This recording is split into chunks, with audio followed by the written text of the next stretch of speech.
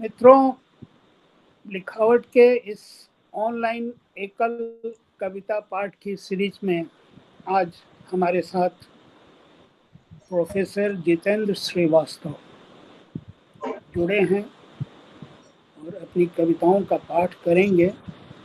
मैं उनका हृदय से स्वागत करता हूं कि उन्होंने लिखावट के लिए समय निकाला और कविता पाठ के लिए अपनी सहमति दी। जितेंद्र श्रीवास्तव परिचय के मोहताज नहीं हैं। हिंदी की दुनिया में जाने माने और एकेडमिक्स में भी, हिंदी के एकेडमिक्स में भी परिचित नाम हैं। फिर भी उन पाठकों, श्रोताओं के लिए मैं उनके बारे में कुछ बातें कहना चाहूँगा। जितेंद्र श्रीवास्तव उत्तर प्रदेश के देवरिया जिले की रुद्रपुर तहसील के गांव सिलहटा में जन्मे। प्रतिष्ठित कवि आलोचक जितेंद्र श्रीवास्तव ने बीए तक की पढ़ाई गांव और गोरखपुर में की, यानी कि एक भोजपुरी बेल्ट जिसको हम लोग कहते हैं। उसके बाद वो जेएनयू आ गए और जेएनयू के से उन्होंने हिंदी साहित्य में एमए किया, एमफिल किया और वहीं से पीएचडी की। जेएनयू की एक अपनी संस्कृति रही है, freedom of speech, freedom of debate, freedom of protest. तो वो परंपरा जितेंद्र श्रीवास्तव के व्यक्तित्व और उनकी कविताओं में आपको दिखाई पड़ेंगी, उनकी झलक मिलेगी। जितेंद्र श्रीवास्तव इग्नू में प्रोफेसर हैं, लेकिन हम उन्हें पहले कवि के रूप में जानते हैं और आज उनका कवि रूप ही हमें देखने को मिलेगा। जैसा कि मैंने बताया, वो हिंदी बेल्ट से हैं, तो भोजपुरी का भी उन पर प्रभाव है, असर है और ये बताता है कि हम अपनी बोलियों से भले ही दूर हो गए हों, लेकिन एक कवि कभी अपनी बोली से दूर नहीं होता। उनकी कई किताबें हैं, कविता संग्रह हैं, आलोचना की किताबें हैं, उन पर संपादित कई किताबें हैं और उन पर ही केंद्रित लिखी गई किताबें हैं। इन दिनों हालचाल, अनभय कथा, सुंदर सुंदर, बिल्कुल तुम्हारी तरह, कायांतरण कवि ने कहा, ये कविता संग्रह है उनके। भारतीय समाज, राष्ट्रवाद और प्रेमचंद, शब्दों में समय, आलोचना का मानुष मर्म, सर्जक का स्वप्न, विचारधारा, नए विमर्श और समकालीन कविता, उपन्यास की परिधि, रचना का जीव द्रव्य, ये आलोचना की किताबें हैं। इसके अलावा शोर के विरुद्ध सृजन, ममता कालिया का रचना संसार, प्रेमचंद स्त्री जीवन की कहानियां, प्रेमचंद दलित जीवन की कहानियां, प्रेमचंद स्त्री और दलित विषयक विचार, प्रेमचंद हिंदू मुस्लिम एकता संबंधी कहानियां। तो आप देखेंगे कि प्रेमचंद पर अलग अलग विषयों पर केंद्रित उनकी कई किताबें आलोचना की या प्रेमचंद के साहित्य को समझने और समझाने की किताबें जितेंद्र श्रीवास्तव की हैं। एक प्रेमचंद कहानी समग्र का उन्होंने संपादन किया है। इनकी प्रकाशित कृतियां हैं। इसके अतिरिक्त पत्र पत्रिकाओं, जो प्रतिष्ठित पत्र पत्रिकाएं हैं, उनमें इनके आलेख छपते रहते हैं। इन्होंने विभिन्न विश्वविद्यालयों और प्रतिष्ठित संस्थाओं में आयोजित राष्ट्रीय और अंतर्राष्ट्रीय संगोष्ठियों में 150 से अधिक आमंत्रित व्याख्यान दिए हैं। इसके अतिरिक्त भारतीय ज्ञानपीठ जैसे संस्थानों में भी कई तरह का रचनात्मक काम किया है। अंग्रेजी, मराठी, उर्दू, उड़िया, पंजाबी इत्यादि भाषाओं में इनकी रचनाओं का अनुवाद हुआ है।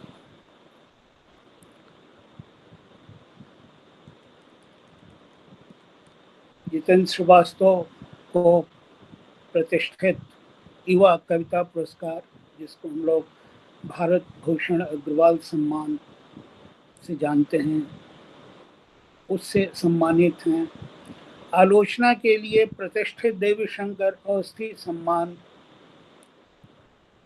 हिंदी अकादमी की कृति सम्मान, उत्तर प्रदेश हिंदी संस्थान का रामचंद्र शुक्ल पुरस्कार इत्यादि अनेक पुरस्कारों से सम्मानित जितेंद्र श्रीवास्तव का आज इस मंच पर स्वागत है और मैं उनसे अनुरोध करूंगा कि वो अपनी कविताओं का पाठ करें। जितेंद्र श्रीवास्तव जी। जी बहुत बहुत धन्यवाद आदरणीय मिथिलेश श्रीवास्तव जी। और मुझे बहुत प्रसन्नता है, लिखावट से मैं उस समय से जुड़ा हुआ हूं जब मैं जवाहरलाल नेहरू विश्वविद्यालय का विद्यार्थी था, और तब भी जब आप मंडी हाउस में कई जगहों पर इसका आयोजन किया करते थे, तब भी मैं वहां शामिल होता था। और फिर यह जहां आजकल लिखावट की गोष्ठी आप पिछले दिनों करते रहे, इस जगह पर भी जब आप ले आए इसे, तब भी मैं आता रहा, जुड़ा रहा। और आज इसके इस वर्चुअल प्लेटफॉर्म पर भी आकर मुझे अच्छा लग रहा है। और निश्चित तौर पर हिंदी कविता को इस महानगर में एक जगह मुहैया कराने में, एक कोना मुहैया कराने में लिखावट ने बड़ी भूमिका निभाई है। एक ऐसे समय में जब लोग तमाम तरह के दूसरे दूसरे प्रयोजनों के लिए संघर्षरत रहते हैं और करते रहते हैं, आपने कविता के लिए बड़ा काम किया।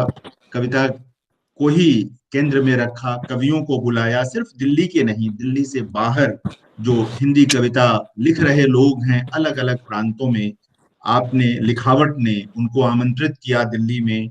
और जाहिर है कि इससे हिंदी कविता की परिधि का विस्तार हुआ। और निश्चित तौर पर एक जो हिंदी की गंभीर कविता है उसका एक महत्वपूर्ण मंच है लिखावट। तो आज इसके वर्चुअल प्लेटफॉर्म पर कुछ कविताएं पढ़कर मुझे संतोष का अनुभव होना ही है, और वो आरंभ से ही होना है।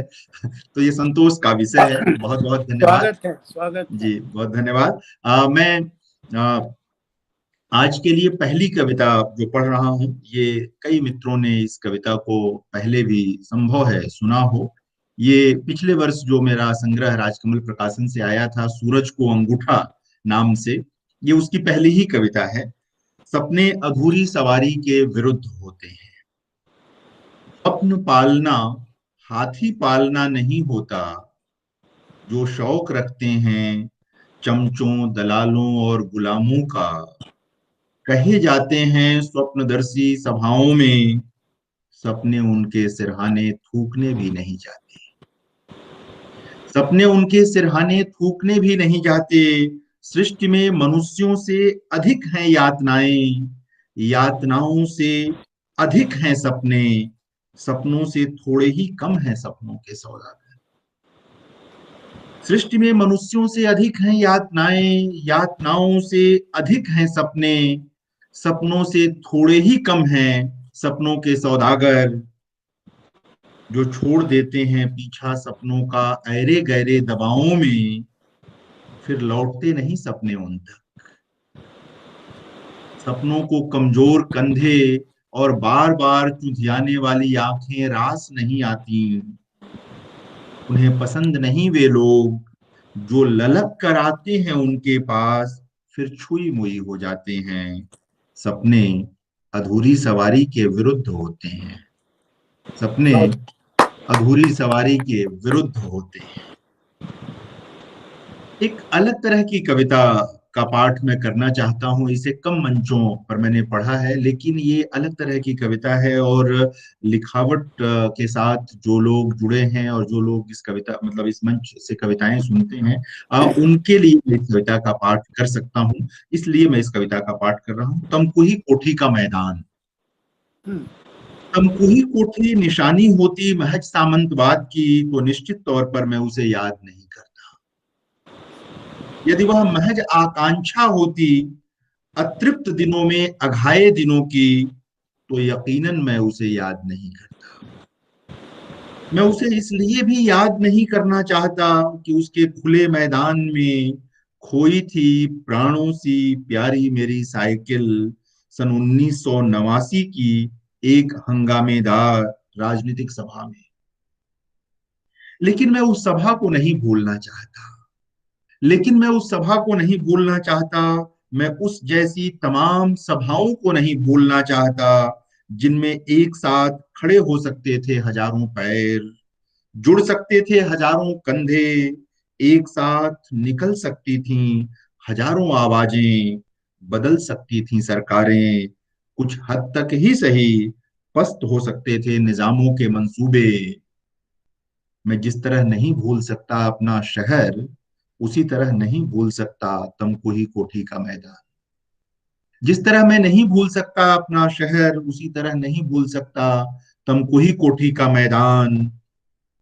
वह सामंतवाद की कैद से निकलकर कब जनतंत्र का पहरुआ बन गया, शायद उसे भी पता न चला। ठीक ठीक कोई नहीं जानता किस दिन शहर की पहचान में बदल गया वह मैदान। न जाने कितनी सभाएं हुई वहां, न जाने किन किन लोगों ने की वहां रैलियां। वह जंतर मंतर था अपने शहर। वह जंतर मंतर था अपने शहर में। आपके शहर में भी होगा या रहा होगा कोई न कोई तमकुही कोठी का मैदान, एक जंतर मंतर। सायास हरा दिए गए लोगों का क्रोश वहीं आकार लेता होगा, वहीं रंग पाता होगा अपनी पसंद का। मेरे शहर में जिलाधिकारी की नाक के ठीक नीचे, उसी मैदान में रचा जाता था प्रतिरोध का सौंदर्य शास्त्र। मेरे शहर में जिलाधिकारी की नाक के ठीक नीचे, उसी मैदान में रचा जाता था प्रतिरोध का सौंदर्य शास्त्र। वह जमीन जो ऐशगाह थी कभी सामंतों की, धन्य धन्य होती थी किसानों मजूरों की चरण धूलि पाकर। समय बदलने का एक जीवंत प्रतीक था तमकुही कोठी का मैदान। लेकिन समय फिर बदल गया। लेकिन समय फिर बदल गया, सामंतों ने फिर चोला बदल लिया। अब नामो निशान तक नहीं है मैदान का। वहां कोठियां हैं, फ्लैट्स हैं। अब आम आदमी वहीं बगल की सड़क से धीरे से निकल जाता है उस ओर जहां कचहरी है। और अब आपको क्या बताना। और अब आपको क्या बताना, आप तो जानते ही हैं जनतंत्र में कचहरी मृग तृष्णा है गरीब की। अब आपको क्या बताना, आप तो जानते ही हैं जनतंत्र में कचहरी मृग तृष्णा है गरीब की। तो आज मुझे लगा कि ये कविता लिखावट के इस मंच पर पढ़ी जा सकती है, और मैंने इसका पाठ किया। एक दो प्रेम कविताएं सुनाता हूँ, फिर हम लोग लौटते हैं इधर की ओर। अभी पिछले ही दिनों अ, तद्भव में कुछ कविताएं छपी हैं, वहां से मैं दो प्रेम कविताएं सुनाता हूँ आप लोगों को। साथ। गंतव्य पर पहुंचकर ट्रेन से उतरते हुए उसने कहा मुझसे, गंतव्य पर पहुंचकर ट्रेन से उतरते हुए उसने कहा मुझसे, ध्यान से देख लो कोई चीज छूट तो नहीं रही यहाँ। ध्यान से देख लो कोई चीज छूट तो नहीं रही यहाँ। मैंने धीरे से कहा, यहाँ एक रात छूटी है जिसमें हम साथ साथ थे, निर्विघ्न निरापद। मैं चाहता हूं ले चलूं उसे, पर कैसे। मैंने धीरे से कहा, यहाँ एक रात छूटी है जिसमें हम साथ साथ थे, निर्विघ्न निरापद। मैं चाहता हूं ले चलूं उसे, पर कैसे। उसने गौर से देखा मुझे, उसके होठों पर उभर आई एक गहरी मुस्कान। फिर मेरी आंखों में झांकते हुए कहा उसने, चलो इस रात का उजाला ले चलें, चलो इस रात का उजाला ले चलें। थोड़ा रख लो तुम अपनी पुतलियों में, थोड़ा सा मैं संजो लेती हूँ अपनी आत्मा में। मैंने शहद पगे अचरज से देखा उसे, मैंने शहद पगे अचरज से देखा उसे, निहाल हुआ प्रकृति के जादू पर, निहाल हुआ प्रकृति के जादू पर। और प्रेम कविता से पहले एक और छोटी सी कविता पढ़ता हूं, अगली प्रेम कविता से पहले। सबक। आकाश तुम्हारे सिर के ऊपर है, सिर से बहुत बहुत ऊपर। आकाश तुम्हारे सिर के ऊपर है, सिर से बहुत बहुत ऊपर। धरती तुम्हारे पैरों के नीचे है, बिल्कुल तलुओं से सटी हुई अविच्छिन्न। धरती तुम्हारे पैरों से, धरती तुम्हारे पैरों के नीचे है, बिल्कुल तलुओं से सटी हुई अविच्छिन्न। यह एक सबक है जिसे याद रखते हैं सब, यह एक सबक है जिसे याद रखते हैं सब। पर 24 कैरेट सोने सा चमक रहा यह सबक, आधा किताबी है सत्य की शाल ओढ़े। पर 24 कैरेट सोने सा चमक रहा यह सबक, आधा किताबी है सत्य की शाल ओढ़े। सच है आकाश कभी नहीं बेदखल करता, सच है आकाश कभी नहीं बेदखल करता, अपनी छाया से, अपनी तपन से, अपनी माया से। अपनी छाया से, अपनी तपन से, अपनी माया से। जबकि धरती बार बार खिसक जाती है पैरों के नीचे से, जबकि धरती बार बार खिसक जाती है पैरों के नीचे से। अगली कविता है जीवन की चूल, जीवन की चूल। जब भी गुजरता हूं उधर से, जिसे कहता था कभी तुम्हारी ओर, बड़ी हसरत से देखता हूं दरीचों को, दरीचे देखते हैं मुझको। अभी बचे हैं पहचान के चिन्ह, अभी पूरी तरह उन्हें नहीं ढक पाई है समय की धूल। कुछ पानी पानी सा है वहां, जिसे कोई और देख नहीं पाता, देखना भी नहीं चाहता शायद। असंभव सा होता है मन के पानियों में झांकना, असंभव सा होता है मन के पानियों में झांकना। देखो ना कितना समय तो बीत गया, कितना कुछ तो रीत गया। पर अदृश्य बादल हैं जस के तस, न छटे न बरसे, कोई तरसे तो तरसे, कोई तरसे तो तरसे। सुनो ना मेरी आवाज पहुंच तो रही होगी तुम तक, मुझे यकीन है तुम अब भी बांच लोगी मेरे होठों पर लिखी उस भाषा को, जिसे न मैं कह पाया न लिख पाया चिट्ठियों में कभी। सुनो ना कभी मिलो ना, सुनो ना कभी मिलो ना, मिलकर पोछेंगे समय की धूल, निकालेंगे अदृश्य सूल, बिछाएंगे एक दूसरे की राहों में फूल, कसेंगे अपने जीवन की चूल, कसेंगे अपने जीवन की चूल।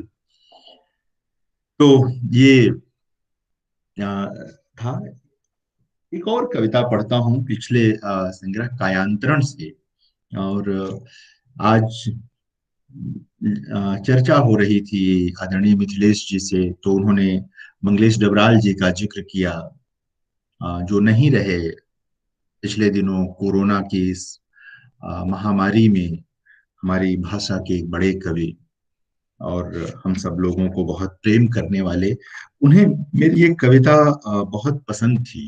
मैं सोच रहा हूँ कि मैं उस कविता का आज पाठ करूं, प्रसंगवश जब उनकी याद आ गई है तो मैं उसको पढ़ता हूँ, उस कविता को। बस 1 मिनट मैं उस कविता को अ, 1 सेकंड बस लगेगा, मैं उस कविता को सामने ले आता हूँ। या इसके बाद अगर अचानक मुझे याद आया तो मुझे लगा कि मैं इस कविता का आप पाठ। आप इत्मीनान से खोजें, कोई जल्दी नहीं है, खोजिए। जी, बस 1 मिनट। 87। इस बीच मैं बता दूं, शिवदत्त वावलकर, जी जी जी जी। शेर सिंह मीना, सुरेश अनीता मीणा। श्रीवास्तव, हम्म, आदित्यनाथ तिवारी आपकी कविताएं सुन रहे हैं। और लोग सुरेश भी। सुरेश मीणा भी दिखाई दे रहे हैं। जी जी जी जी। चैन हाँ, सुरेश चैन सिंह भी मीना, उनके साथ बैठे सुभाष होंगे। सुभाष कश्यप सुहास तो पहले से ही हैं। पहले से ही है जी। और शिवदत्त पुणे में हैं, पुणे में हाँ, प्राध्यापक हैं। मालूम है। जी उन्होंने आपकी पत्रिका जब निकल रही थी जी तो जी जी उन्होंने मेरे संग्रह पुतले पर गुस्सा पर लिखा था। जी जी जी जी जी, बिल्कुल बिल्कुल, बहुत समझदार हैं वो भी। बहुत ये बहुत। सारे, ये जो हाँ हमारे विद्यार्थी हैं बहुत समझदार लोग हैं। हाँ। आ, बहुत ही अच्छा। आपको ये शेर सिंह जो काम कर रहे हैं वो हाँ, प्रेमचंद की लोकप्रियता के समाजशास्त्र पर काम कर रहे हैं। अरे वाह, बहुत तो अच्छा। ये मतलब अलग अलग तरह का है काम, हाँ, सारी चीजें हैं। सरकार की नजर, उस वाह, कविता का पढ़े। मैं जिक्र करूं। हाँ। क्या आप सच्चिदानंद को जानते हैं? शायद नहीं, शायद हाँ। क्या आप सच्चिदानंद को जानते हैं? शायद नहीं, शायद हाँ। वे राष्ट्रपति पद के उम्मीदवार नहीं थे कभी। हम्म। उन्होंने कभी ग्राम प्रधान का भी चुनाव नहीं लड़ा। अक्सर वे बाजार से लौटते हैं परिवार की उम्मीद से आधा लेकर। अक्सर वे बहुत। बाजार से लौटते हैं परिवार की उम्मीद से आधा लेकर। वैसे वे बिल्कुल आपकी तरह हैं। वैसे वे बिल्कुल आपकी तरह हैं। एक छोटी सी नौकरी, एक छोटा सा परिवार, छोटी छोटी जरूरतें, छोटे छोटे सपने। छोटी छोटी जरूरतें, छोटे छोटे सपने। कभी कभी उनमें भी जगती है पहाड़ों पर छुट्टियां बिताने की ललक। कभी कभी उनमें भी जगती है पहाड़ों पर छुट्टियां बिताने की ललक। कभी कभी उठती है चाह समुद्र किनारे रेत में दौड़ने की, दौड़ते हुए गुनगुनाने की। वे बचपन में सोचते थे रुपयों के पेड़ के बारे में। कभी कभी रुपयों की बारिश का ख्याल भी आता था मन में। अब महीने की पहली तारीख को एटीएम की बरसात से उठा कर लाते हैं, बचते बचाते कुछ कुछ लजाते, अपने हिस्से की खुशी। और अलग अलग लिफाफों में रखा जाता है दूध, सब्जी और किराने का हिसाब। अब महीने की पहली तारीख को एटीएम की बरसात से उठा कर लाते हैं, बचते बचाते कुछ कुछ लजाते, अपने हिस्से की खुशी। और अलग अलग लिफाफों में रखा जाता है दूध, सब्जी और किराने का हिसाब। जब तक एकदम जरूरी ना हो वे नहीं बैठना चाहते ऑटो या टैक्सी में। सोचते हैं जो बचेगा जुटेगा घर में। आप सोच रहे होंगे मैं क्या क्या बता रहा हूं आपको, लेकिन अब जब बात चल निकली है तब बताना उचित है। और ईमानदारी भी, कि बिल्कुल मिलता जुलता सा था सच्चिदानंद का और मेरा बचपन। कि बिल्कुल मिलता जुलता सा था सच्चिदानंद का और मेरा बचपन। वैसे आपका भी कुछ अलग नहीं था हमसे। वैसे आपका भी कुछ अलग नहीं था हमसे। कभी दुख पहचानने की मशीन बने तो सच आंक लीजिएगा मेरे कहे का 100%। कभी दुख पहचानने की मशीन बने तो सच आंक लीजिएगा मेरे कहे का 100%। और आज सब्जी खरीदते हुए मिल जाए सच्चिदानंद तो अकबकाइएगा नहीं। भावुक होकर भुकार मारकर रोने मत लगिएगा। चलिए अब परेशान नहीं करूंगा। वैसे ही हैं आप बहुत ज्यादा, इसलिए मैं अभी बता देता हूं। वे कोई और नहीं बल्कि इस महादेश की भीड़ में गुम आपके जुड़वा भाई हैं, और इसीलिए आप दोनों के प्रति सरकार का रवैया एक सा है। इसलिए आप दोनों के प्रति सरकार का रवैया एक सा है। वह न आपके बारे में सोचती है न उनके, वह न उनके बारे में सोचती है न आपके। और अब मुझे ही क्यों छोड़िएगा, कभी समय निकाल कर जरूर मिलिएगा। मैं भी तो भाई हूं आपका, बिल्कुल आप सा, सरकार की नजर में भी। तो मंगलेश जी याद आए तो ये कविता भी याद आई कि मुझे लगा कि कर देते हैं। एक और कविता पढ़ता हूं आज मैं। तुरंता हो चुकी इस दुनिया में, आज नेटवर्क जाम है, न फोन आता है न जाता है। खबरों के मामले में तुरंता हो चुकी इस दुनिया में, इस समय निजी खबरों का टोटा है। आज नेटवर्क जाम है, न फोन आता है न जाता है। खबरों के मामले में तुरंता हो चुकी इस दुनिया में, इस समय निजी खबरों का टोटा है। लेकिन यही वे पल हैं, वे घंटे, जब आप निश्चिंत हो सकते हैं, सो सकते हैं, जी सकते हैं अपने लिए, प्रिया के लिए। यही वह समय है जब बिना किसी अवरोध के आप पी सकते हैं पानी, झाड़ सकते हैं पुतलियों पर चढ़ आई विस्मृति की धूल। फोन का नेटवर्क निर्भर है मशीनों पर, होता ही रहता है जाम आए दिन। पर फोन नहीं है जीवन, पर फोन नहीं है जीवन, फिर कैसे हो जाता है जाम रिश्तों का नेटवर्क। कैसे भुला देते हैं लोग अपने कंधे पर कभी किसी के रखे प्यार भरे हाथ को, किसी की आंखों में उमड़े दुलार को। यह एक सरलीकरण हो सकता है, यह एक सरलीकरण हो सकता है, पर कुछ लोग कहते हैं जितनी तेजी से मनुष्य हुआ है सुविधा भोगी, उतनी ही तेजी से कम हुई है आत्मा में रिश्तों की आवाजाही।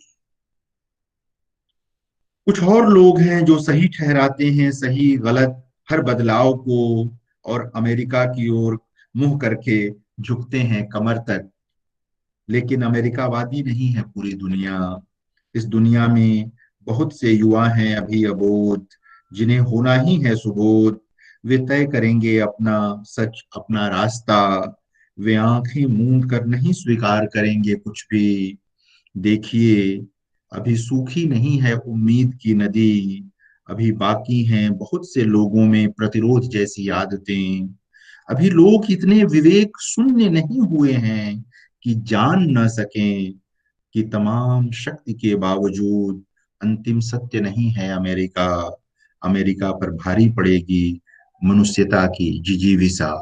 ये उन दिनों की कविता है जब बहुत सारे युद्ध चल रहे थे और बहुत सारी चीजें चल रही थी। अमेरिका को एक देश या शहर के रूप में या किसी भी दुनिया के देश या शहर को पसंद नापसंद करने का प्रश्न नहीं उठता है। ये विचारधारा का मामला है, वैचारिकी का मामला है, और एक तरह से युद्ध का और साम्राज्यवाद का विरोध है। ये जानना जरूरी रहता है कई बार। तो अ, एक और अलग तरह की कविता पढ़ता हूँ। उम्मीद। कोई किसी को भूलता नहीं, पर याद भी नहीं रखता हरदम। कोई किसी को भूलता नहीं, पर याद भी नहीं रखता हरदम। पल पल की मुश्किलें बहुत कुछ भुलवा देती हैं आदमी को। और वैसे भी जाने अनजाने चाहे अनचाहे, हर यात्रा के लिए मिल ही जाते हैं साथी। जो बिछड़ जाते हैं किसी यात्रा में विदा में हाथ उठाए, सजल नेत्रों से शुभकामनाएं देते। जरूरी नहीं कि वे मिले ही फिर जीवन के किसी चौराहे पर। फिर भी उम्मीद का एक सूत कहीं उलझा रहता है पुतलियों में। फिर भी उम्मीद का एक सूत कहीं उलझा रहता है पुतलियों में, जो गाहे बगाहे खिंच जाता है, जैसे अभी अभी खिंचा है वह सूत। एक किताब खुल गई है स्मृतियों की, याद आ रहे हैं गांव की पाठशाला के साथी, चार खाने का जांघिया पहने रटते हुए पहाड़े। दिखाई दे रही हैं बेठन में बंधी उनकी किताबें। उन दिनों बाबूजी कहते थे, उन दिनों बाबूजी कहते थे, किताबों को उसी तरह बचा कर रखना चाहिए जैसे हम बचा कर रखते हैं अपनी देह। वे भाषा के संस्कार को मनुष्य के लिए उतना ही जरूरी मानते थे जितनी जरूरी होती हैं जड़ें किसी वृक्ष के लिए। अब बाबूजी की बातें हैं, बाबूजी नहीं। अब उनका समय बीत गया, पर बीत कर भी नहीं बीते वे। आज भी भागते दौड़ते जीवन की लय मिलाते। जब भी चोटिल होता हूँ, थकने लगता हूँ, जाने कहाँ से पहुंचती है खबर उन तक, झटपट आ जाते हैं सिरहाने मेरे। झटपट आ जाते हैं सिरहाने मेरे। आज मुझे लगा कि इस कविता को मुझे पढ़ना चाहिए। थोड़ा अलग मन था। कुछ और कविताएं मैं पढ़ता हूँ। हम लोगों के पास समय तो है अभी।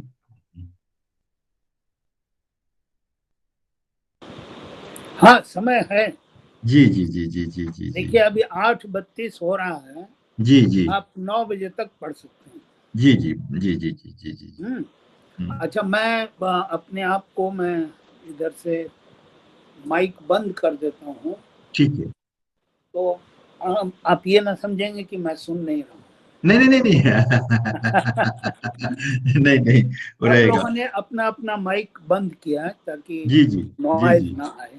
जी जी, तो बिल्कुल आप बिल्कुल। पढ़ें। हाँ। जनतंत्र में जनता, एक छोटी सी कविता है। धूप तेज है, माहौल सर्द। धूप तेज है, माहौल सर्द। सन्नाटा पसरा है गांव में, सब न जाने कहाँ गए। हम्म, माँ बीमार है, मन अशांत। कभी अपने वैभव से चकित करने वाली नदी अब रेख की तरह बची है। चीजें जहां तहां बिखरी हैं, कुछ लूट रहे हैं, कुछ सहमे हैं बेतरह। अजब सा माहौल है, न आंखों में उतर रहा है रक्त, न खुलकर बह रहे हैं आंसू। अजब सा माहौल है, न आंखों में उतर रहा है रक्त, न खुलकर बह रहे हैं आंसू। और लोकतंत्र में कुछ चीजें हो रही हैं, तो एक कविता, लोकतंत्र का समकालीन प्रमेय, कविता का शीर्षक है। कल समकालीन अचानक समकालीन प्रमेय, जो हम लोग प्रमेय। रेखा हाँ। गणित में जी जी हाँ, पढ़ते हैं। प्रमेय। प्रमेय, जी जी जी, थियरम, हाँ जी। हम्म, लोकतंत्र का समकालीन प्रमेय। कल अचानक मिले रुद्रपुर में जग प्रवेश, मेरे बाल सखा हाफ पैंटिया यार। मूंछों में आ चुकी सफेदी, खुटियाई दाढ़ी से ताल मिला रही थी। अब उतनी बेफिक्री, उतना सांवरापन नहीं था जितना होता था नेहरू माध्यमिक विद्यालय में साथ पढ़ते हुए। धधाकर मिले जग प्रवेश, धधाकर मिले जग प्रवेश। खूब हंसे हमारे मन, हमने याद किया अपने शिक्षकों और सहपाठियों को। हाल चाल लिया एक दूसरे के परिवार का, और खूब प्रसन्न हुए इस बात पर कि दोनों पिता हैं दो दो बेटियों के। खूब प्रसन्न हुए इस बात पर कि दोनों पिता हैं दो दो बेटियों के। जग प्रवेश को मालूम था मेरे बारे में, बड़े भाई साहब ने बहुत कुछ बता दिया था उन्हें। वे खुश थे अपने मित्र की खुशी में। मैं भी कुछ कुछ जानता था उनके बारे में, मसलन यह कि वे कोटेदार हैं, एक राजनीतिक पार्टी के स्थानीय नेता हैं, उनकी पत्नी शिक्षिका हैं, और एक बड़ा सा घर है शहर में उनके नाम। बात बात में पता लगा जग प्रवेश विधायक होना चाहते हैं। उन्होंने खूब धन बल जुटाया है बीच के दिनों में, टिकट का प्रबंध पक्का है। उन्होंने आंकड़े इकट्ठा कर लिए हैं जातियों के, उनकी अपनी जाति के वोट हैं ढेर सारे। उनकी अपनी जाति के वोट हैं ढेर सारे। कल बहुत सारी इधर उधर की बातें करते हुए जग प्रवेश ने धीरे से कहा मुस्कुराते हुए, आपको भी मेरा साथ देना होगा भाई साहब। हम जाति भाई नहीं हैं लेकिन दोस्त हैं पुराने। हम जाति भाई नहीं हैं लेकिन दोस्त हैं पुराने। आपके आने से बल मिलेगा, आपकी जाति का एक मुश्त वोट मिल जाएगा मुझको, आपकी जाति का एक मुश्त वोट मिल जाएगा मुझको। और मित्रों, इस तरह मैं अचानक मित्र से एक जाति में बदल गया। और मित्रों, इस तरह मैं अचानक मित्र से एक जाति में बदल गया। मैं अचरज में था कि स्कूल के दिनों में गणित में बेहद होशियार जग प्रवेश अब भाषा और रिश्तों में नए प्रमेय गढ़ रहा था। मुझे कोई आश्चर्य नहीं होगा, मुझे कोई आश्चर्य नहीं होगा जो किसी दिन आपको भी मिले आपका कोई पुराना मित्र, लोकतंत्र का पहरुआ बनने को उत्सुक, विकल, और धीरे से बातों ही बातों में आपको रूपांतरित कर दे एक जाति में, और बातों ही बातों में आपको रूपांतरित कर दे एक जाति में। कुछ चीजें रहती हैं। एक बिल्कुल अलग तरह की कविता सुनाता हूँ। आजकल सर्दी जुकाम से लोग बहुत डरने लगे हैं, और न ही हो किसी को तो बेहतर है। एक कविता का शीर्षक है एक एस्प्रिन मुझे भी दे दो। तो और इसमें एक फर्नांडो का जिक्र आएगा, जो एक बड़े विश्व कविता के एक बड़े कवि हैं, तो उनका नाम बीच में आएगा। भयंकर जुकाम से जूझते हुए आज मैंने पढ़ी फर्नांडो पेसोआ की कविता, और याद किया कि मेरे पिता को भी होता था तेज जुकाम। भयंकर जुकाम से जूझते हुए आज मैंने पढ़ी फर्नांडो पेसोआ की कविता, और याद किया कि मेरे पिता को भी होता था तेज जुकाम। वे छींकते थे तो सुन लेता था गांव के दूसरे छोर पर बैठा चौकीदार। अक्सर हंसते हुए कहता था वह, अक्सर हंसते हुए कहता था वह, मुंशी जी हर काम कलेजे से करते हैं, वह छींकना हो या लड़ना हो मुकदमा, तबीयत में आने नहीं देते कोई भेद, तबीयत में आने नहीं देते कोई भेद। वैसे छींकते तो मेरे नाना भी थे, और मेरा पड़ोसी भी छींकता है दम लगाकर। वैसे छींकते तो मेरे नाना भी थे, और मेरा पड़ोसी भी छींकता है दम लगाकर, और पड़ोसी का पड़ोसी भी कम नहीं है छींकने में। जाहिर है मेरे इस जुकाम में कोई नयापन नहीं है कहीं से भी, जाहिर है मेरे इस जुकाम में कोई नयापन नहीं है कहीं से भी। बस इसके अलावा कि इस समय नाक मेरी लाल है, और गले में बर्छियां न पड़ोसी के चल रही हैं न मेरे किसी पूर्वज के। गले में बर्छियां न पड़ोसी के चल रही हैं न मेरे किसी पूर्वज के। आज रात जगूंगा मैं ही अकेले चांद के साथ साथ, आज रात जगूंगा मैं ही अकेले चांद के साथ साथ। यह कविता भी सो जाएगी थोड़ी देर के लिए, आज तारे भी नहीं उतरेंगे नापने मेरा बुखार। और यह जो चल रही है पुरवाई लोगों में भरती हुई उन्माद, रात भर तोड़ेगी मुझे, रात भर तोड़ेगी मुझे।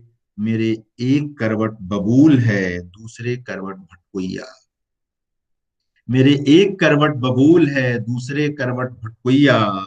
इस समय लिखते हुए यह दुख मेरी कलम स्याही, इस समय लिखते हुए यह दुख मेरी कलम उगल रही है स्याही, और मेरी आंखों से लगातार गिर रहा है गर्म पानी।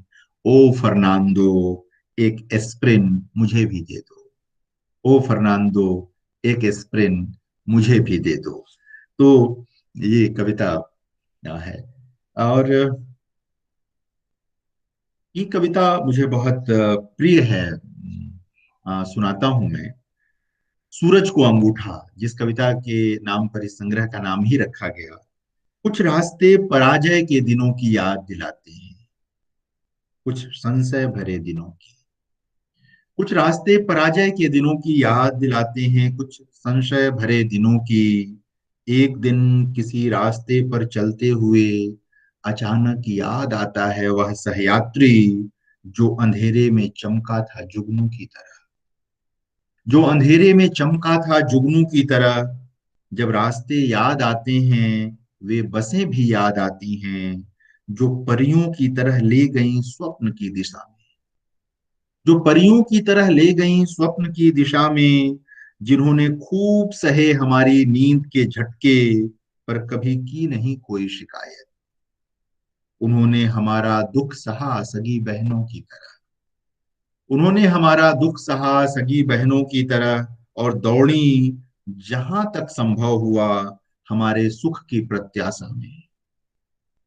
अभी जिन रास्तों पर बची हैं पराजय की स्मृतियां, अभी जिन रास्तों पर बची हैं पराजय की स्मृतियां, उन पर किसी दिन किसी बस से गुजरते हुए लोगों को दिखेंगे कुछ बच्चे लाल गुद्दे वाले अमरूद खाते हुए, ठहाका लगाते हुए, पूर्वजों के पराजय के इतिहास को धांगते हुए, माथे पर चढ़ आए सूरज को अंगूठा दिखाते हुए। ये मुझे लगता था। और फिर एक और कविता पढ़ के, एक प्रेम कविता पढ़ता हूं मैं। पूर्ण इच्छाएं अधूरी इच्छाएं। पूर्ण इच्छाएं धीरे से छुड़ा लेती हैं दामन, अधूरी इच्छाएं परछाई की तरह लगी रहती हैं साथ। पूर्ण इच्छाएं धीरे से छुड़ा लेती हैं दामन, अधूरी इच्छाएं परछाई की तरह लगी रहती हैं साथ। वे कभी होने नहीं देती अकेला, जब सब छोड़ जाते हैं बारी बारी, जब मन भागने लगता है जाड़े की नरम धूप से भी, जब दूर तक दिखता है उजाड़ ही उजाड़, जब आंखों में नींद होती भी है और नहीं भी, जब पछुआ में भी उभरने लगता है देह का दर्द, तब अधूरी इच्छाएं धीरे से थाम लेती हैं दामन। तब अधूरी इच्छाएं धीरे से थाम लेती हैं दामन। पूर्ण इच्छाएं बस पत्थर है मील का, अधूरी इच्छाएं सहचर है मंजिल की। अधूरी इच्छाएं सहचर है मंजिल की। और आ, एक प्रेम कविता पढ़ता हूँ। मुझे लगता है कि YouTube पर सुनने वाले हर आयु वर्ग के लोग होते हैं, और अलग अलग चीजों में उनकी रुचि होती है, उसका स्वाद लेते हैं वे। रुकना। समय रुकता तो पोखर का पानी हो जाता, तुम रुकती तो जीवन आकाश हो जाता। समय रुकता तो पोखर का पानी हो जाता, तुम रुकती तो जीवन आकाश हो जाता। हम दोनों साथ होते तो जीवन का छोर नहीं सिर्फ और दिखता। लोग थक जाते ताकते ताकते, सिर्फ खुशियों का जलधि विशाल दिखता, हंसी का उजास दिखता। पर न समय रुका न तुम, बस मैं ही रुका रहा स्मृतियों के घाट पर। बस मैं ही रुका रहा स्मृतियों के घाट पर, अजूरी में जल संभाले। बस मैं ही रुका रहा स्मृतियों के घाट पर, अजूरी में जल संभाले। तो आ, ये मुझे लगा कि आज मुझे पढ़ना चाहिए। एक कविता है, थोड़ी सी मतलब लंबी है, बहुत नहीं। आ, लेकिन आज इस मंच पर मुझे लगता है कि इस कविता को पढ़ना ही चाहिए मुझे। चुप्पी का समाज शास्त्र। उम्मीद थी मिलोगे तुम इलाहाबाद में, पर नहीं मिले। गोरखपुर में भी ढूंढा पर नहीं मिले। उम्मीद थी मिलोगे तुम इलाहाबाद में, पर नहीं मिले। गोरखपुर में भी ढूंढा पर नहीं मिले। ढूंढा बनारस जौनपुर अयोध्या उज्जैन मथुरा वृंदावन हरिद्वार, तुम नहीं मिले। किसी ने कहा तुम मिल सकते हो ओरछा में, मैं वहां भी गया पर तुम कहीं नहीं दिखे। मैंने बेतवा के पारदर्शी जल में बार बार देखा, आंखें डुबो कर देखा, तुम नहीं दिखे। तुम नहीं दिखे गढ़कुंडार के खंडहर में भी। तुम नहीं दिखे गढ़कुंडार के खंडहर में भी। मैं भटकता रहा बार बार लौटता रहा, तुमको खोज कर अपने अंधेरे में। तुमको खोज कर अपने अंधेरे में, न जाने तुम किस चिड़िया के खाली खोते में, सब भूल भाल, सब छोड़ छाड़ अलख जगाए बैठे हो। ताकता हूं हर दिशा में, बारी बारी चारों ओर सब चमाचम है। कभी धूप, कभी बदरी, कभी ठंडी हवा, कभी लू, सब कुछ अपनी गति से चल रहा है। लोग भी खूब हैं धरती पर, एक नहीं दिख रहा, इस ओर कहाँ ध्यान है किसी का। लोग भी खूब हैं धरती पर, एक नहीं दिख रहा, इस ओर कहाँ ध्यान है किसी का। पैसा पैसा पैसा, पद प्रभाव पैसा, यही आचरण, दर्शन यही समय का। देखो ना बहक गया मैं भी, देखो ना बहक गया मैं भी, अभी तो खोजने निकलना है तुमको। और मैं हूं कि बताने लगा दुनिया का चाल चलन। पर किसे फुर्सत है जो सुने मेरा अगड़म बगड़म। किसी को क्या दिलचस्पी है इस बात में कि दिल्ली से 1000 किलोमीटर दूर देवरिया जिले के एक गांव में सिर्फ 1 कट्ठे जमीन के लिए हो रहा है खून खराबा पिछले कई वर्षों से। इन दिनों लोगों की समाचारों में थोड़ी बहुत दिलचस्पी है। वे चिंतित हैं अपनी सुरक्षा को लेकर, उन्हें चिंता है अपने जान माल की, इज्जत आबरू की। पर कोई नहीं सोच रहा उन स्त्रियों की रक्षा और सम्मान के बारे में। पर कोई नहीं सोच रहा उन स्त्रियों की रक्षा और सम्मान के बारे में जिनसे संभव है इस जीवन में कभी कोई मुलाकात न हो, जिनसे संभव है इस जीवन में कभी कोई मुलाकात न हो। हमारे समय में निजता इतना बड़ा मूल्य है कि कोई बाहर ही नहीं निकलना चाहता उसके दायरे से। हमारे समय में निजता इतना बड़ा मूल्य है कि कोई बाहर ही नहीं निकलना चाहता उसके दायरे से। वरना क्यों होता कि आजाद घूमते बलात्कारी, दलितों आदिवासियों के हत्यारे, शासन करते किसानों के अपराधी सब चुप हैं, अपनी अपनी चुप्पी में अपना भला ढूंढते। सबने आश्रय ढूंढ लिया है जनतंत्र का अपनी अपनी चुप्पी में। हमारे समय में जितना आसान है उतना ही कठिन चुप्पी का भास। हमारे समय में जितना आसान है उतना ही कठिन चुप्पी का भाष्य।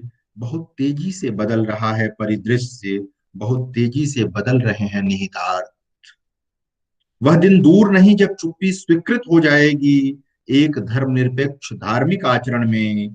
पर तुम कहाँ हो, पर तुम कहाँ हो मथुरा में, अजमेर में, यरूशलेम में, मक्का मदीना में, हिंदुस्तान से पाकिस्तान जाती किसी ट्रेन में, अमेरिकी राष्ट्रपति के घर में। कहीं तो नहीं हो। तुम ईश्वर भी नहीं हो किसी धर्म के जो हम स्वीकार लें तुम्हारी अदृश्यता। तुम्हें बाहर खोजता हूं, भीतर डूबता हूं, सूझ गई हैं आंखें आत्मा की। नींद बार बार पटकती है पुतलियों को, नींद बार बार पटकती है पुतलियों को। शिथिल होता है तन मन नयन, पर जानता हूं यदि सो गया तो फिर उठना नहीं होगा। और मुझे तो खोजना है तुम्हें, और मुझे तो खोजना है तुम्हें, इसीलिए हार कर बैठूंगा नहीं इस बार।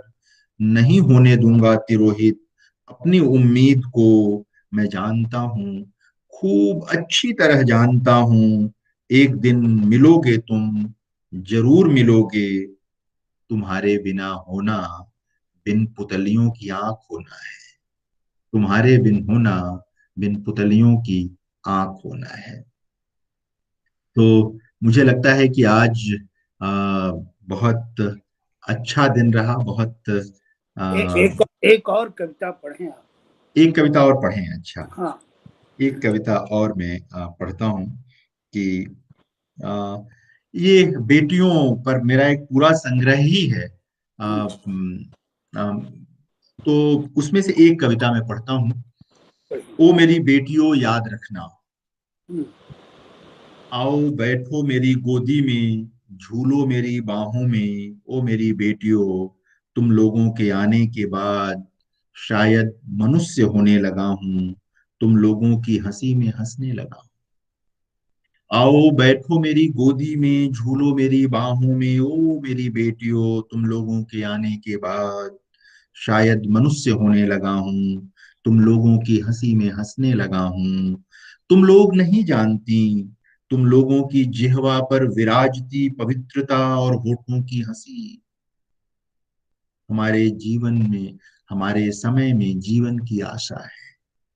तुम लोग नहीं जानती, तुम लोगों की जिह्वा पर विराजती पवित्रता और होठों की हंसी हमारे समय में जीवन की आशा है।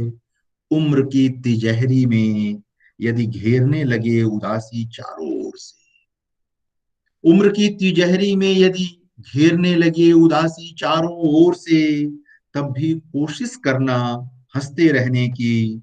तुम लोगों के खिलखिलाने में बचा रहेगा जीवन, बचा रहेगा मेरा विश्वास ओ मेरी बेटियों। जब जाना यह घर छोड़कर मेरी आंखों के आंसू मत पोंछना, डरना भी मत, इन्हीं आंसुओं में झलकेंगी मेरी छोटी छोटी बेटियां, मेरी मुझसे बड़ी बेटियां, मेरी छाती पर खेलती मेरी बेटियां। ओ मेरी बेटियों याद रखना, ओ मेरी बेटियों याद रखना, यदि जीवन में दुख का आलाप दीर्घ होने लगे, तब भी परछाइयों के पीछे पीछे मत भागना। ओ मेरी बेटियों याद रखना, यदि जीवन में दुख का आलाप दीर्घ होने लगे, तब भी परछाइयों के पीछे पीछे मत भागना। डरना नहीं किसी आईने से, डरना नहीं किसी आईने से ओ मेरी बेटियों, मेरी आंख की पुतलियों। न डरना न हारना, लड़ना समय से, न डरना न हारना, लड़ना समय से ओ मेरी बेटियों याद रखना। बहुत बहुत धन्यवाद आदरणीय मिथिलेश जी, आपका लिखावट का, और इन तमाम मित्रों का जो अभी यहाँ जुड़े, और उन हजारों मित्रों का भी जो बाद में यूट्यूब पर इसे सुनेंगे। तो जितेंद्र जी, मैं एक कमर्शियल ब्रेक लेता हूँ जी ये सूचना देने के लिए कि मेरा नया संग्रह औरत ही रोती है पहले, वाह, वो अब आने ही वाला है। बहुत बधाई और बहुत बधाई। शुक्रिया। और तमाम मित्रों को मैं बताना चाहता हूँ कि उसका ब्लर्ब जितेंद्र जी ने ही लिखा है, तो आप लोगों को सूचना मिलेगी। दूसरी बात ये कहना है कि लिखावट के यूट्यूब को आप लोग सब्सक्राइब करिएगा ताकि लिखावट की खबरें मिलती रहें। जितेंद्र जी से हम लोग एक कवि के रूप में तो जानते ही हैं एक दूसरे को, हम लोग मित्र हैं, और उन दिनों से मित्र हैं जब जितेंद्र जी जेएनयू में थे। मैं जेएनयू का छात्र तो नहीं रहा हूँ, मैं तो पटना से ही पढ़ाई लिखाई करके दिल्ली जी आया, लेकिन जेएनयू आना जाना लगा रहता था, और वहाँ जाना एक बड़ा आनंद की अनुभूति होती थी। और जितेंद्र जी और इनके बैचमेट या इनसे बाद के लोग, इन लोगों से मिल के लगता था कि एक एक एक एक रचना, एक दुनिया जेएनयू के भीतर, एक ऐसी दुनिया है जिसकी चाहत हमें है और होनी चाहिए। वैसी दुनिया, उस दुनिया को आज बर्बाद करने की कोशिश हो रही है। उस दुनिया को हमने देखा है, और उस दुनिया से जितेंद्र जी और तमाम लोग वहाँ से आए हैं और इस देश को अपना योगदान दे रहे हैं। देश को, जितेंद्र जी को आप लोगों ने, आप लोग तो रोज मिलते हैं, उनसे सीधे संवाद करते हैं, तो ये वहाँ का एक जेएनयू का एक संस्कार है जो जितेंद्र जी लेके आए। तमकुही कोठी का मैदान, आप देखें कि कैसे एक उपनिवेश संस्कृति एक भारतीय लोकतांत्रिक में बदलती है, लेकिन लोकतांत्रिक होते हुए भी उपनिवेश की जो जड़ताएं हैं वो कैसे हमारे बीच रह गई हैं, हमारे व्यवहार में, हमारे मन में। ये तमको ही कोठी का मैदान, अब वो मैदान भी गायब है। जो एक उपनिवेश का औपनिवेशिक प्रतीक जो रहा वो गायब है, बदल तो गया लेकिन वो गायब है।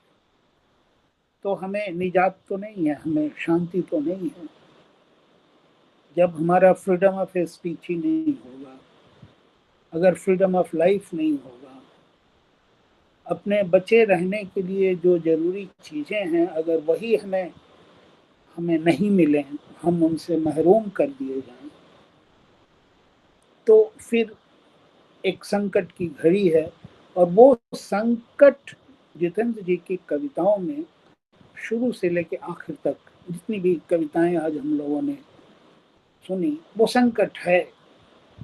देखिए, एक बात बिल्कुल साफ है कि आपकी चुप्पी आपको नष्ट कर देगी, और वो चुप्पी का वही समाज शास्त्र है। लोग जो निजाम है वो चाहता है कि हम चुप रहें, तो वो चुप्पी तो हमें नष्ट करेगी। जैसे हम सपने नहीं देखें तो हम नष्ट हो जाते हैं, किताबें नहीं पढ़ें तो नष्ट हो जाती हैं, ना बोलें तब तो बिल्कुल ही, जिसको हम लोग भोजपुरी में बागड़ कहते हैं। जी जी, बागड़ बिल्ला लोग बोलते हैं। तो हम चाहता है, निजाम चाहता है कि लोग बागड़ हो जाएं, लोग चुप हो जाएं। इस चुप्पी के समाज शास्त्र को देखते हुए एक विष्णु खरे की कविता भी याद आती है, जिसमें नाम मैं भूल रहा हूँ, अभी याद आ जाएगा, जिसमें अकबर एक घर बनवाता है जी और जी, उसको उस कविता का वो है क्या कहते हैं, मैंने उस कविता पर लिखा भी है, जब मैंने खरे जी पर अभी एक हाँ लेख लिखा, लंबा लेख लिखा, तो हाँ वो क्या कहते हैं, जी जी जी, बोले आप, बोले आप, बोले। हाँ, वो आ जाएगा, अभी ध्यान में आ हम्म, जाएगा। तो हम्म, तो उसमें एक कहानी है, वो कविता एक कहानी है कि लोग आपस में, जो विद्वान लोग हैं, जो जो धर्म के लोग हैं, धर्म हम्म, गुरु हैं, जी जी वो जी जी, आपस में डिबेट करते हैं कि ये अल्लाह की भाषा क्या होगी, भगवान की भाषा क्या होगी। तो गुंग अकबर महल नाम कहता है है कि उसका। ठीक है, वह गुंग गुंग महल, गुंग महल, हाँ गुंग महल नाम गुंग है महल, कविता। जी जी हाँ जी। गुंग महल। तो वो बिल्कुल एकदम से अभी अभी जन्मे बच्चों को लेके, वो अद्भुत कविता है। अलग अलग कौम के बच्चों को लेके एक महल में वो रख देता है और कहता है कि यहाँ कोई बोलेगा नहीं। जो लोग बच्चों का ख्याल रख रहे हैं, जो लोग बच्चों को खिला पिला रहे हैं, वो भी नहीं बोलेंगे, जी कोई जी नहीं बोलेगा। और जब बच्चे बोलने की उम्र में आते हैं तो उनके मुंह से सियार की बोली निकल रही है, माने वो बोलियां निकल रही हैं जो बाहर से जानवरों की बोलियां उन्होंने सुनी और वही बोली वो बोलते हैं।